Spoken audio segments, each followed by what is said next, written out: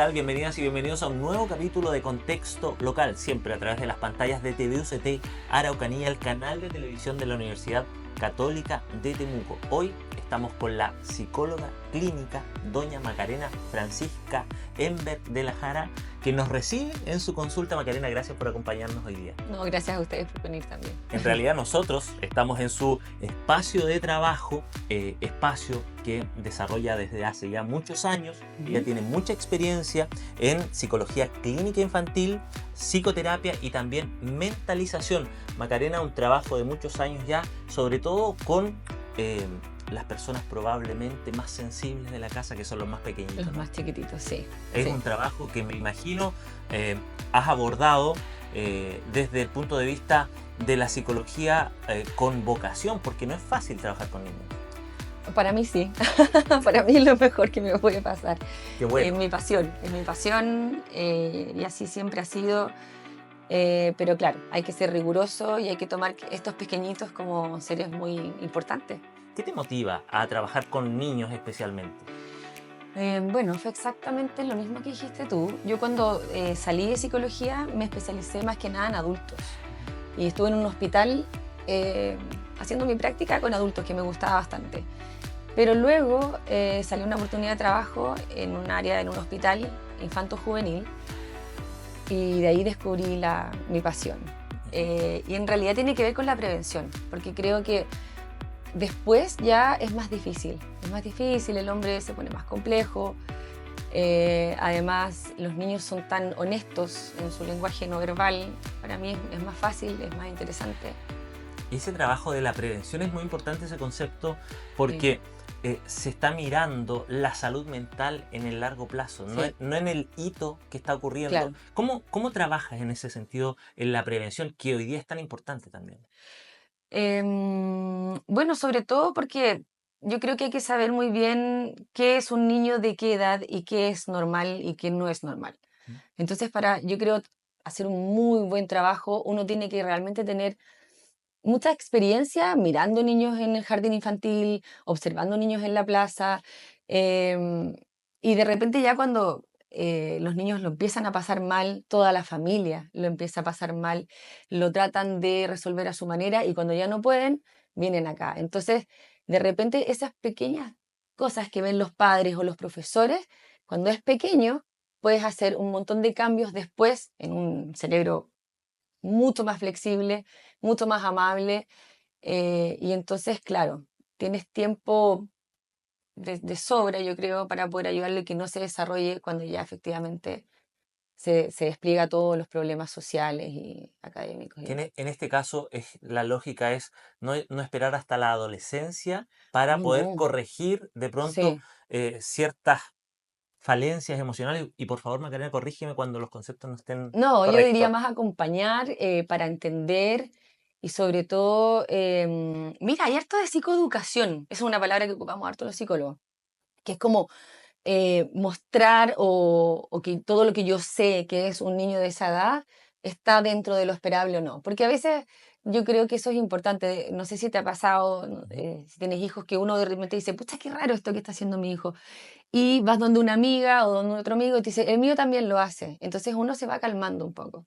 Y de repente lo que me ha pasado últimamente es que hay muchos papás criando solos. Y entonces no saben. Y mucho de esa parte de repente uno le puede decir, no, es parte del proceso, déjalo un rato.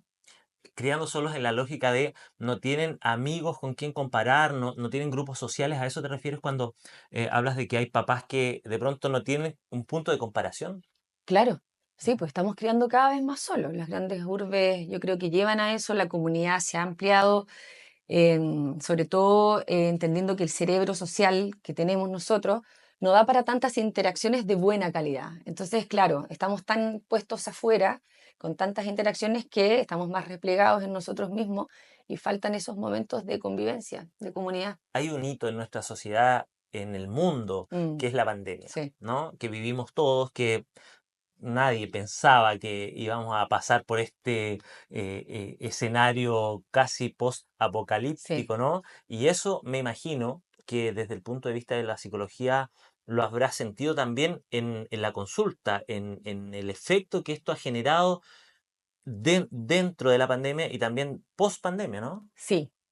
Bueno, a mí me pasó lo mismo. Personalmente, al final, nada está como en nuestras manos y nuestros proyectos siempre pueden como verse interrumpidos de cierta manera. Ahora, lo que yo he visto en la clínica es, em, por ejemplo, los más chiquititos en esta fase social, a partir de los 2, 3 años, en que efectivamente los niños comienzan a ir al jardín y empiezan a interactuar más, esos niños se vieron muy afectados. Y efectivamente les está costando el recreo, por ejemplo, los momentos de plaza, no saben qué hacer o prefieren estar solos, etcétera. Y lo otro, que tengo algunos chicos que están un poco más grandes, en todo este momento también por ejemplo, de toda esta parte que donde el otro pasa a ser lo más importante y ya el papá o la mamá no es un ser, no sé, pues, un sentido de comparación, etcétera, ahí también faltó mucha interacción, Y esa, interacción social. ahí hay como una brecha, ¿no? En este desarrollo de pronto social, somos seres sociales. ¿Cómo se llena ese vacío cuando hay una etapa, hay niños que pasaron 2, 3 años encerrados, literalmente en su casa, Sí. teniendo clases online, otros ni siquiera? Ujú. eh, ¿Cómo llegas a suplir ese vacío o esa carencia en tu proceso de vida? Ahora, Sí. em, no, o sea, poniéndose al día nomás. Yo creo que esos niños van a poder incorporar las cosas de a poco, pero también hay que entender de que esos niños se van a quizás estresar un poquito más o van a estar más eh, preocupados de incorporar esto, entonces no va a ser algo tan habitual y yo esperaría un poco a que esto ocurra. Mm. Sí. Hay que dejarlo que pase, a eso se refiere. Hay que dejarlo que pase, hay que acompañarlo, hay que tratar de hacer cosas al respecto, invitar niños a la casa, eso, Socializar en el sentido amplio socializarlos. de la palabra. Sí, Hay muchos niños que hoy día están teniendo problemas en el colegio, lo decías, no saben jugar, no saben compartir. no saben jugar, la tecnología se ha instalado, la desconexión está. em, y entonces, claro, falta mucha sociabilización. ¿Cómo, cómo conjugar eso? El equilibrio, que no hay receta en esto de ser padre, ¿no? No vienen con manual los niños y la lógica de pronto de tratar de que se inserten.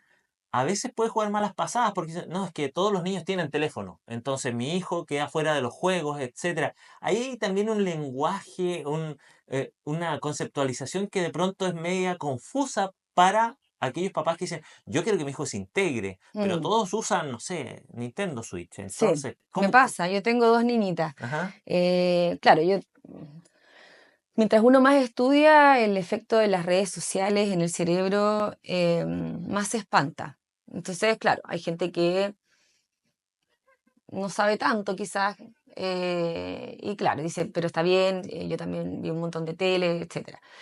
Y Em, no me pasó nada. y no me pasó nada. Eso es súper, yo estoy Sí, súper bien. sí, claro. Ajá. Pero al final,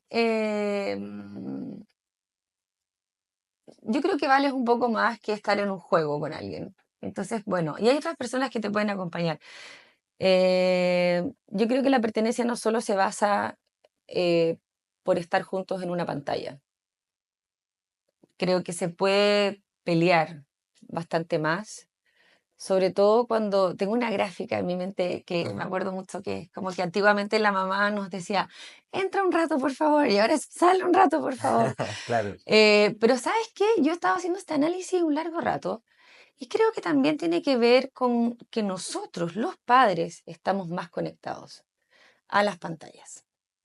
Y nos es muchas veces más fácil dejarlos Sí, con la que pantalla. es pega estar ahí Claro. con los niños que te están pidiendo conectar. Su esencia es conectar. Ujú. Para eso están hechos. El ser humano está hecho para conectar. Y así vivimos y vamos a sobrevivir. Entonces, claro, requiere una demanda de una persona que está más cansada, que quiere descansar, que estamos ocupando estrategias de desconexión para poder suplir esa energía. No sabemos tener ocio. Hay un tema ahí importantísimo del ocio, de cómo cuando hay ocio, que no significa ver tele, sino que efectivamente estar en un momento de hacer muy poco, en ambos hemisferios se cruzan, se conectan y se puede generar más aprendizaje. Entonces yo también creo que hay mucha información de por medio, pero cuánto nosotros estamos dispuestos a estar con esos niños dependiendo de nuestra propia energía. No es que no los queramos, es que qué pasa con nuestra energía también. Lo decías ahí cuando pensabas en la gráfica de cómo era antes, Sí. que trataban de empujar a los niños hacia adentro de la casa y ahora hacia afuera un poco. Sí. Lo vamos a conversar a la vuelta del bloque, nos vamos a ir a la Ok. pausa y ya nos vas a contar cuál es tu mirada respecto a la crianza de, no sé, nuestros padres y abuelos Ajá, versus lo sí. que estamos viendo hoy día. Nos vamos al corte y seguimos aquí en Contexto Local. Elegir medicina en la UCT es elegir aportar a la salud integral de las personas y comunidades.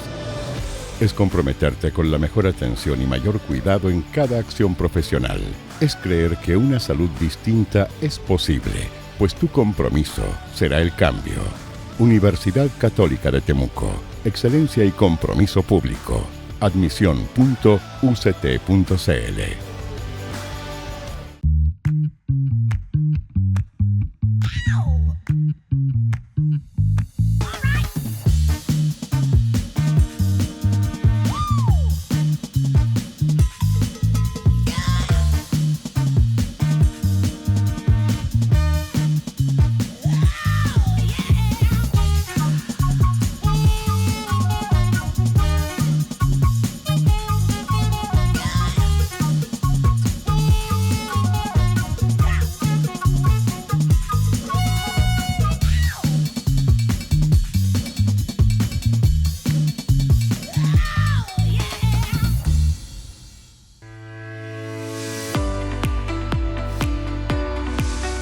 Muy bien, seguimos aquí en Contexto Local conversando muy entretenidamente con la psicóloga clínica Macarena Enberg, especialista en psicología clínica infantil. Lo decíamos antes del corte, hay una diferencia, por lo menos tú ves una diferencia importante en la crianza de generaciones anteriores, nuestros padres, nuestros abuelos, versus lo que está pasando hoy día.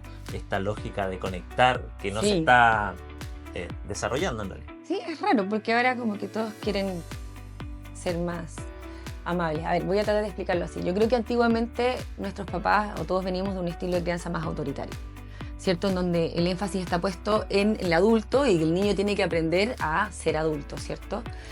Y de repente cambia la mano y nos ponemos como desde el adultocentrismo hacia el niño y el enfoque hacia el niño.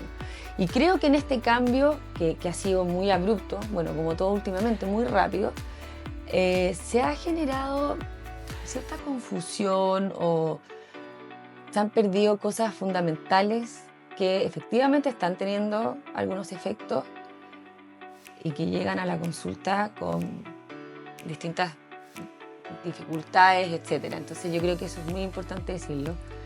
Y me imagino que vas a hablar de un concepto que está muy usado hoy en día, que es la crianza respetuosa. Crianza respetuosa. La crianza respetuosa, la famosa crianza respetuosa.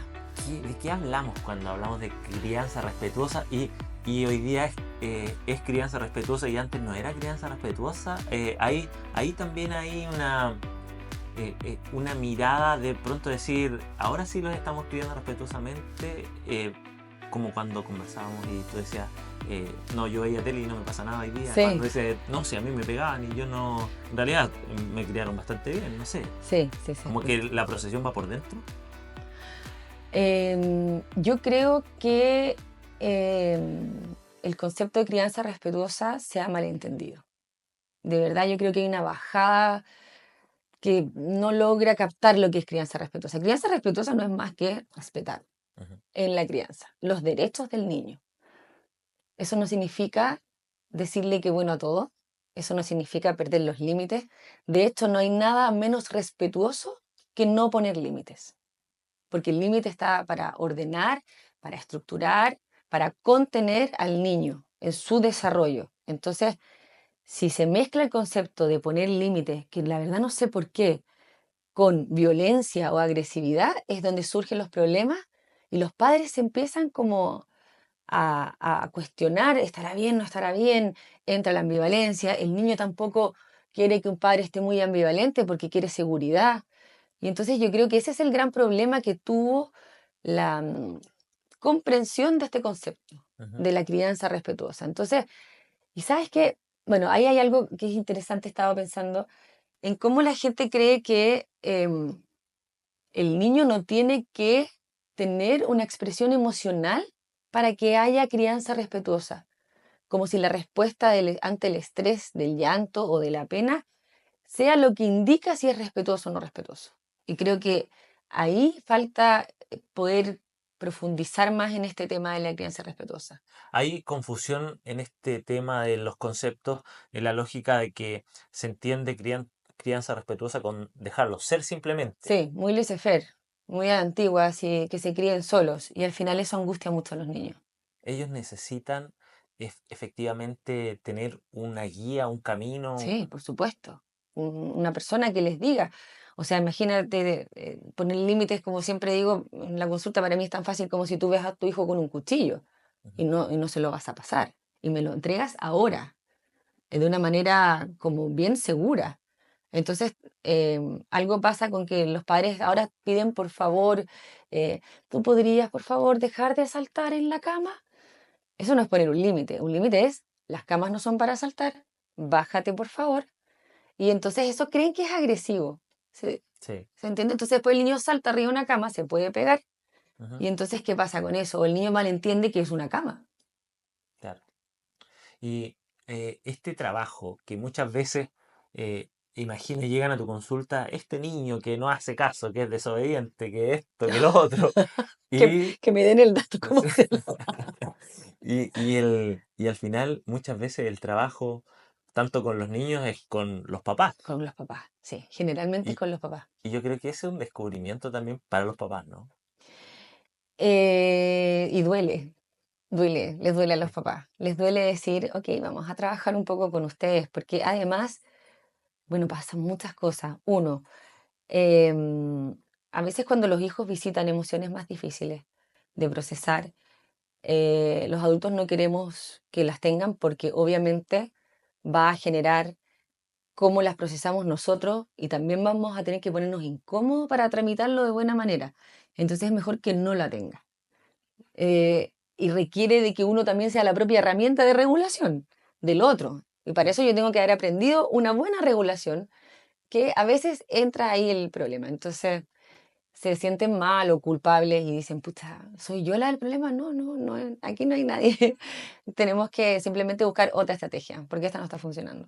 Y esa lógica también de buscar culpables muchas veces, Mm, ¿no? Que el niño fue, que no, que mi papá, que esto, que lo niño. Además, hoy día los niños, desde muy pequeños, cada vez son más conscientes de sus derechos sí, y entran también en este debate de no me grites, te voy a denunciar, básicamente. sí, claro. Y ahí también hay que también ordenar a los niños, independiente que no está bien gritarles, uno igual a veces puede que se les escape, Sí, nos claro. pasa a todos. Yo creo que hay que ser muy honesto Ajá. en este tema de la parentalidad y, no sé, entender de que también nosotros estamos a cargo. Yo creo que nos ha costado eso a los papás, de decir nosotros estamos a cargo. Y tú estás a cargo mío hasta que seas un mayor de edad y puedas velar por ti mismo. Y estar a cargo no significa claramente decirle que bueno todo. Eso es estar a cargo. Y soy responsable de ti. Y hay también una diferencia, no sé, por favor, corrígeme, pero las actuales generaciones también están velando más, tal vez, por tratar a los niños como personas, como con los mismos derechos, cosa que generacionalmente antes. No, no, no. Y eso está bien porque efectivamente a los niños se les disciplinaba de una manera muy agresiva. Ujú. Y claro, yo te pregunto a ti, cuando tú, no sé, no estás de acuerdo con alguien, no vas y le pegas para que entienda o para que aprenda. Y creo que los derechos del niño vienen a hacer ese trabajo muy bien dado. Ujú. Em, Sin embargo, poco y nada, creo, tiene que ver con ser respetuoso con un niño, o sea, con la crianza respetuosa. Ahí hay también una confusión de pronto, ¿no? En términos de que, por un lado, están esta lógica que me parece que es lo correcto, de que los niños hay que tratarlos como personas en igualdad de Sí, por derechos supuesto. versus confundirse y ceder ante Darle un dulce todas las porque demandas. tiene pena Claro. o porque está llorando. Nunca me voy a olvidar de un caso, una mamá que me dijo, pucha, pero es que le dije que no le iba a comprar más dulce y lloró todo el rato. Y entonces está mal. Y yo, no, si él es un niño, siempre va a querer un dulce. pero tú no le vas a dar el dulce, o sea, para que no llore, no importa que llore. ¿En serio? Sí, está bien. Si él quiere un dulce y tú le dices que no porque va a almorzar, aparte no hace tan bien comer dulces, etcétera. Y contener ese llanto y entender de que uno puede llevarlo por ese camino y no va a inundarse emocionalmente y lo va a poder soportar, es lo que está bien. Ahí de pronto luces de baja tolerancia a la frustración, por ejemplo, o incapacidad de asumir la frustración de una manera sana, digo, en el sentido de poder enfrentar de pronto que no todo va a resultar Sí, como pues, queremos, ¿no? ahí está el trabajo. O sea, yo voy a... Al final la regulación emocional tiene que ver con poder estar acompañando a un otro cuando está con una intensidad emocional muy alta y mostrarle que como que lo vas a poder hacer. Contener. Pero el otro, yo como adulto contengo, pero tú al otro, a la persona, al niño, le dices, esto lo vas a superar y no se lo tratas de cambiar, ¿sí? Entonces no te vas a morir si te frustras. Y yo te voy a acompañar a que lo veas. Cuando las emociones son muy fuertes, es más fácil de a dos. Compartir ese peso. Para esa eso carga. está hecho el ser humano, para vivir en sociedad y compartir eso. ¿Sí? Muy bien, vamos a irnos al corte y a la vuelta vamos a conversar y profundizar también en esto del apego y de pronto cómo ayudar. Siempre va a haber alguna herramienta que nosotros podamos utilizar, ¿no? Desde el punto de vista de ser padres, de ser compañeros. Vamos a conversar de eso a la vuelta, nos vamos al corte y seguimos aquí en Contexto. En la Universidad Católica de Temuco sabemos que los cambios se generan con personas como tú. Cuando eliges ayudar a otros, cuando te comprometes con el futuro y te sumas a los desafíos, cuando sabes que aprender es para enseñar, cuando crees en ti y te das la oportunidad de descubrir tu camino, viviendo experiencias que te harán mejor persona, pues estamos seguros que tu compromiso será el cambio. Universidad Católica de Temuco, excelencia y compromiso público. Admisión.uct.cl. Elegir medicina en la UCT es elegir aportar a la salud integral de las personas y comunidades. Es comprometerte con la mejor atención y mayor cuidado en cada acción profesional. Es creer que una salud distinta es posible, pues tu compromiso será el cambio. Universidad Católica de Temuco, excelencia y compromiso público. Admisión.uct.cl.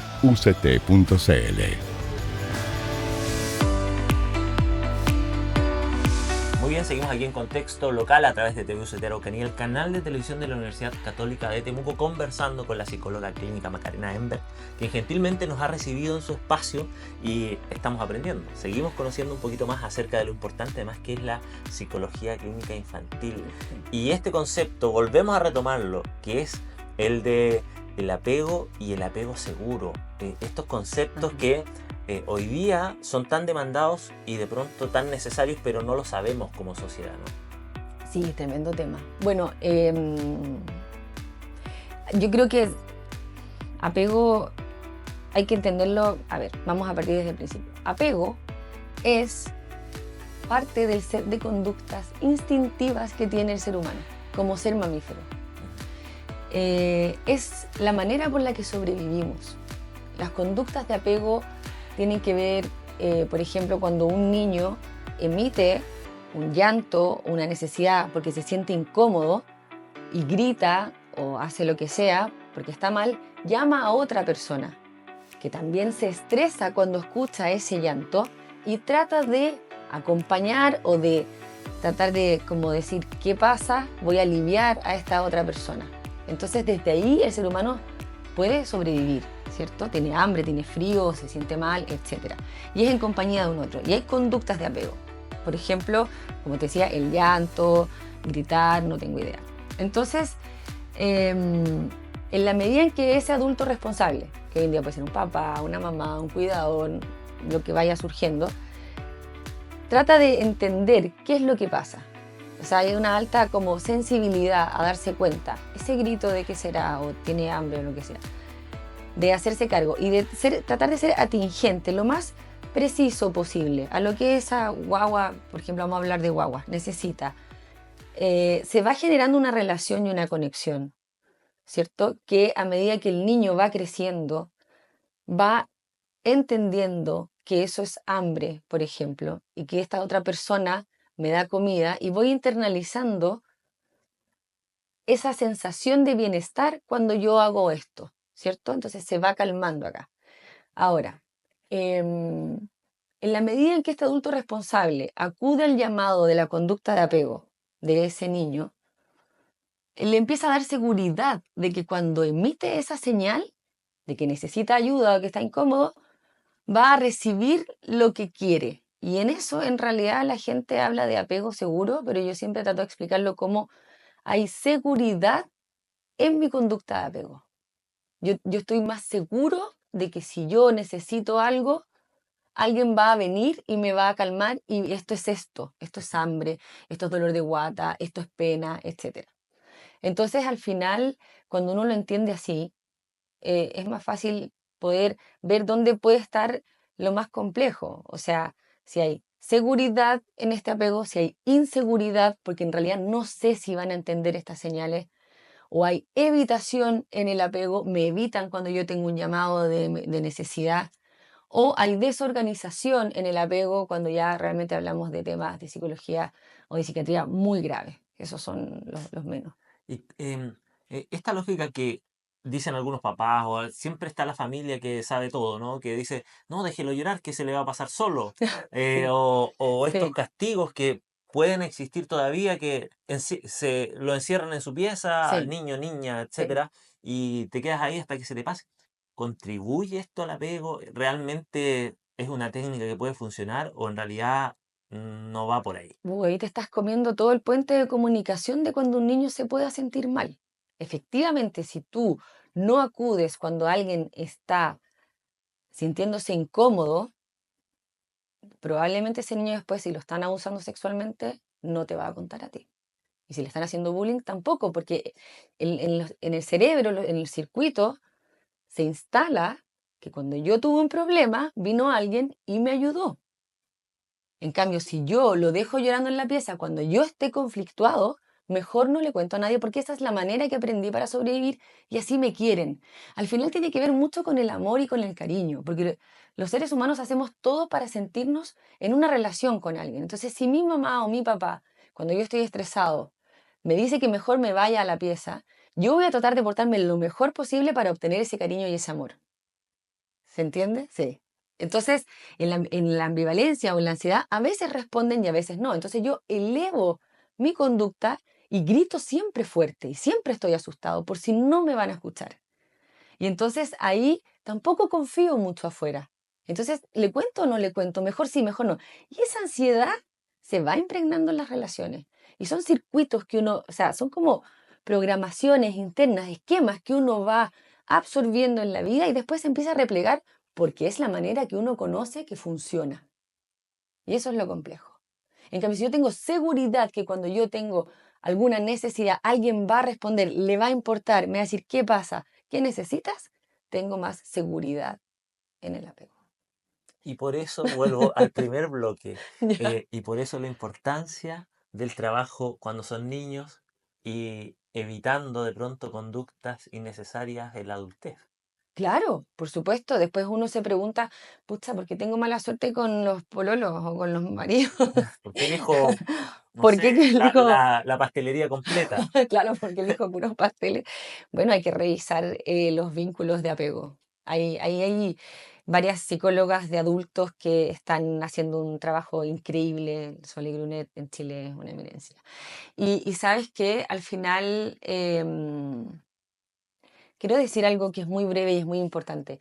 Las personas que han estudiado siempre apego, no se puede medir el apego de una persona en una visión de un momento. Son herramientas precisas que se ocupan. Entonces, cuando alguien dice en la calle, ay, no, se puso a llorar cuando usted se fue, tiene un mal apego, eso no es así. Por favor, no caigan en eso, no evalúen sus propios apegos por momentos críticos, son evaluaciones precisas que se requieren, que se observan y que están pauteadas dependiendo de la edad de las personas.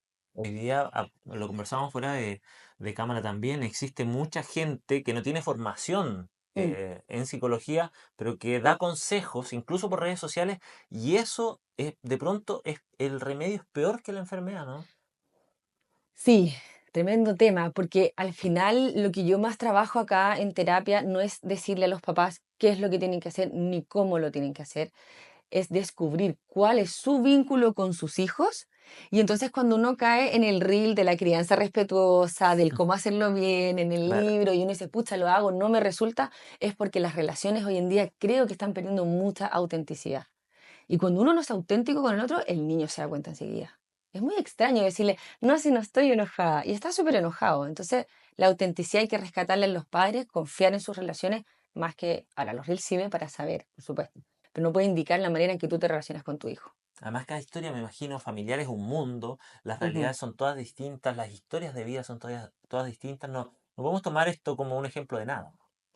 No, además, los vínculos son únicos e irrepetibles con cada persona, En ese, únicos. en ese aspecto, como cada familia, cada núcleo, padre, hijo, etcétera, o madre, hijo, es único, ¿cómo establecer una línea segura para que los límites sean bien entendidos por los niños? En esta lógica de apego seguro, de crianza respetuosa, etcétera, con todos los elementos Ujú, que nos permiten tener una relación sana ujú. con los niños, pero también segura, confiable y que surta un efecto de armonía, digo, en la familia, etcétera. Pero es que Sí, sí, está difícil esto, ahí pero entraríamos en el tip. ya. Yo creo que en la medida en que uno se siente incómodo, porque yo he visitado esos lugares también, siendo psicóloga, por supuesto que también uno tiene dificultades con sus propios hijos. Cuando uno siente que anda raro, como que uno no puede fluir, etcétera, yo revisaría qué está pasando. Y mira, a veces cuando uno habla con otras personas y con las parejas incluso puede obtener esa información, pero además si los niños no son tan pequeños, tú les puedes preguntar, ¿cómo te sientes? ¿Encuentras que esto está bien? Sin mover los límites, como dices tú, y los límites son, hay algunos que son intransables, que salga un niño corriendo en la calle, ¿cierto? Ajá. Si tú lo vas a agarrar porque va a venir un auto. Y hay otras normas o límites que se ponen dentro del núcleo familiar, que es valioso para mí, que no es valioso, y ahí tienen que ir conversando qué es lo que quieren. Y también ir descubriendo, ¿no? Hay un concepto que tú usas, eso de ser más periodista. ¿Cómo es eso? A ver, recuérdemelo, por favor. Sí, cuando uno está con un hijo de repente teniendo alguna dificultad, hay que ser más periodista y menos juez. Está bien, no está mal lo que hice, o está bien, o está mal lo que hizo, sino que ¿por qué lo habrá hecho? Hoy en día, bueno, yo que me he especializado mucho más en mentalización, la curiosidad Ujú. sobre los estados mentales del otro se ha perdido. Dice, no, yo sé lo que le pasa, o yo me imagino que tienes pena. No lo sabes. Pregúntale, nunca lo vas a saber. Tienes que ser más curioso, más periodista, Y menos menos juez. Pero juez. muy valioso ese concepto porque te queda Sí, más claro sí. una vez que lo explicas de esa manera. Y hablando de mentalización, y ya se nos está yendo el tiempo, Macarena, la mentalización también es un concepto probablemente nuevo, por lo menos para el común de la sociedad. Tal vez desde la psicología lleva mucho tiempo, pero ¿podrías contarnos un poquito más? Sí, sí, no. A ver, dame un segundo. Por favor. Mm, yo tomo mucha agua. La mentalización es un concepto que se acuñó, nada más, no es un descubrimiento. Y comienza en Inglaterra, me atrevería a decir, con Peter Fonagy, que Ujú, es una eminencia, yo he estado varias veces con él, me encanta. Que él como que lo conceptualiza para poder estudiarlo, en realidad. Y la mentalización tiene que ver con la capacidad que tenemos solo los seres humanos y ningún otro animal de poder pensar acerca de nosotros mismos, como vernos desde afuera ujú. y poder inferir comportamientos o sentimientos o lo que sea de otras personas. O sea, vernos desde afuera y qué creemos nosotros desde Estamos afuera. tratando de Tan difícil de entenderlo, sí, entender. No sé si paso a lo paso. expliqué ni siquiera tan bien. Ya. Es difícil, pero tiene que ver mucho con función reflexiva también, de poder interpretar qué es lo que yo creo que puede estar sintiendo esa otra persona. Siempre una mirada muy curiosa, muy periodista, sin aseverarlo. Y también puedo tratar de pensar cómo soy visto desde afuera. ¿Lo expliqué ahí un poco mejor? ¿Cómo será Sí. que yo me veo desde afuera? ¿Y cómo uno fortalece de pronto esta mentalización? ¿Cómo uno puede trabajar en ello? ¿Esto es un proceso psicológico? ¿Necesitas Sí. un coach para poder No, mentalizar? se supone que todos deberíamos intentar llegar a eso sin tener terapia de por medio, pero hemos perdido a veces la capacidad de poder ejercitarla. Todos lo tenemos dentro, lo tenemos que ejercitar y hay ciertos pasos que se deben cumplir. Pasar un buen rato juntos, luego como hay confianza y hay interacción, empezamos a poder entregarle al otro, creo que puedo aprender de esta persona, creo que me puede enseñar algo, porque hay confianza. Y entonces, si estoy mal, puedo entregarle mi desregulación y el otro me puede ayudar a regularme. Y entonces cuando ya estoy regulado y me ayudó a pasar la tormenta, creo que podemos pensar acerca de lo que pasó y ahí buscar el entendimiento. Y es precioso. Y entonces se ejercita simplemente, se ejercita, se pasa por etapas. Y tiene todo que ver con vivir en sociedad también, con esta Vivir en lógica. sociedad. Vivir en sociedad y que hayan dos personas y no solo una, yo tengo razón y tú estás mal, sino que esta es mi vereda y esa es tu vereda. Hay un trabajo ahí que seguir desarrollando. Se nos acaba el tiempo, No. Macarena Ender. Agradecidos de esta grata conversación, de que nos hayas recibido Espero que en sí. tu espacio, a todo el equipo. Y bueno, vamos a quedar muy atentos a cualquier novedad y Sí. siempre TVUCT Araucanía a su casa. Les agradezco mucho, espero les haya servido. Creo que la psicología hay que tomarla de manera muy rigurosa, es una ciencia muy estudiada y por eso los profesionales estamos en eso para ayudar a los niños y luego los demás. Muchas gracias, Macarena Un Ender gusto. de la Jara, psicóloga clínica infantil, quien estuvo hoy día con nosotros aquí en Contexto Local.